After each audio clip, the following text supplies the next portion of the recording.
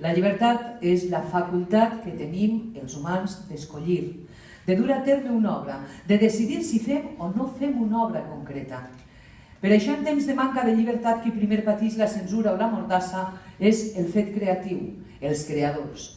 Avui reivindiquem així el fet creatiu i en especial el fet creatiu en llibertat.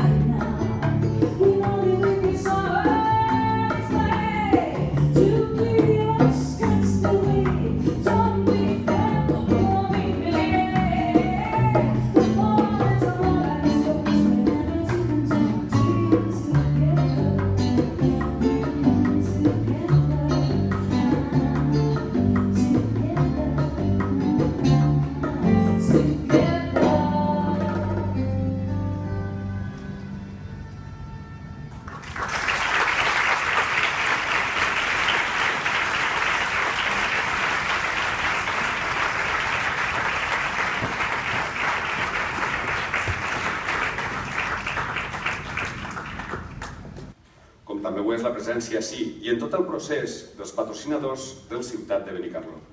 Ashland Chemical, International Flavor and Fragrance, Fundació Caixa Benicarló i Onada Edicions.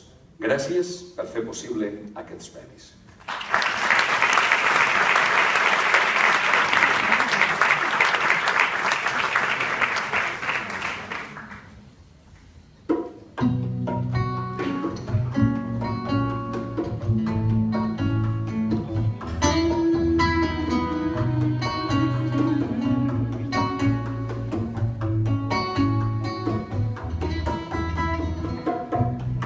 Sin querer,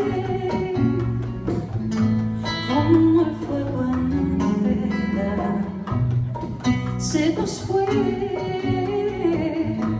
derritiendo nuestra cera.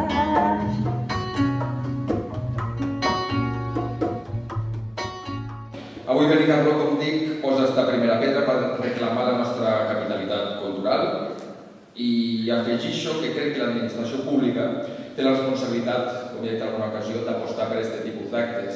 L'administració pública i els ciutadans han de saber que la despesa en cultura no és mai despesa, sempre és inversió. Inversió en qualitat, en llengua, en creació, en innovació, i crec que insisteixo que avui és un gran exemple del que dic. Trato de evitar un avión.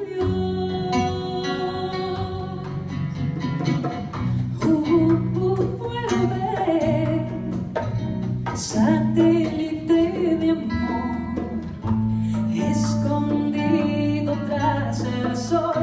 Vuelve, satélite de amor, como en aquella canción.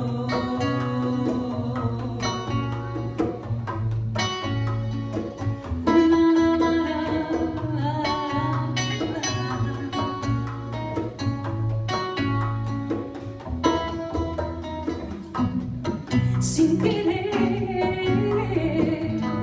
como acaban los caminos, se nos fue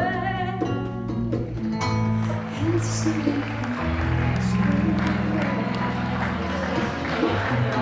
Sin querer,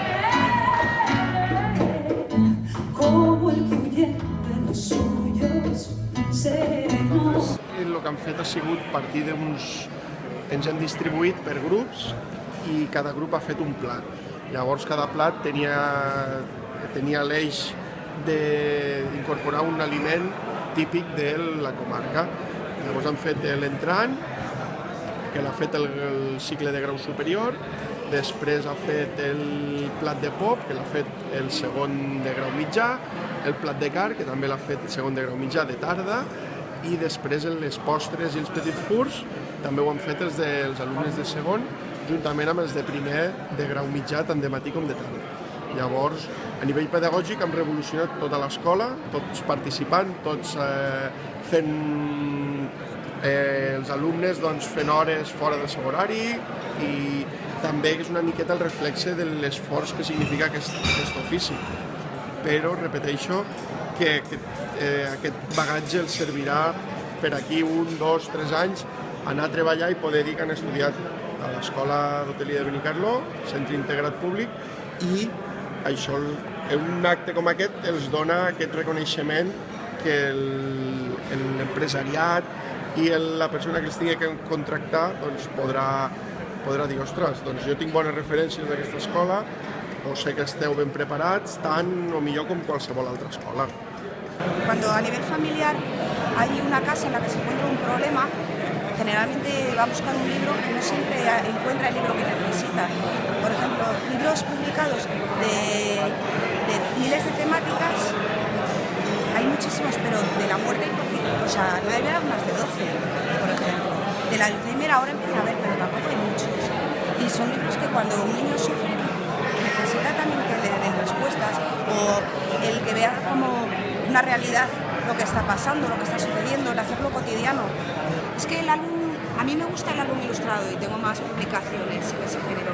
Y lo que me llama precisamente del álbum ilustrado es esa acotación del texto, que no puedes poner una palabra que sobre. Todo tiene que ir muy, muy medido.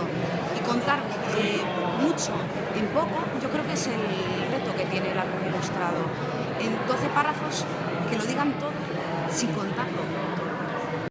És que volíem fer una cosa diferent, i quan vam requerir la col·laboració del Centre Integrat Públic de Formació Professional, en seguida van estar disposats a col·laborar en l'Ajuntament, com sempre. La veritat és que estem molt agraïts en aquest centre, i penso que és una aposta molt important de l'Ajuntament, en el sentit de que serveix d'aprenentatge, però al mateix temps serveix per a promocionar els productes locals, uns productes magnífics que tenim. Ja sempre diem que Benicarló és un referent gastronòmic, i a més, el que els alumnes puguen estar avui servint aquests premis també té una part didàctica i una part d'aprenentatge que penso que és molt interessant, i que es barreja tot en la literatura, i es barreja la didàctica, l'aprenentatge, l'ensenyament i la literatura, i és molt important, molt interessant. El meu llibre és una reivindicació de l'assaig com a gènere literari, perquè l'assaig és un gènere que és la ventafocs de la literatura actual, no? Perquè la gent actualment considera que un assaig és tot allò que no és ni poesia, ni novel·la, ni teatre.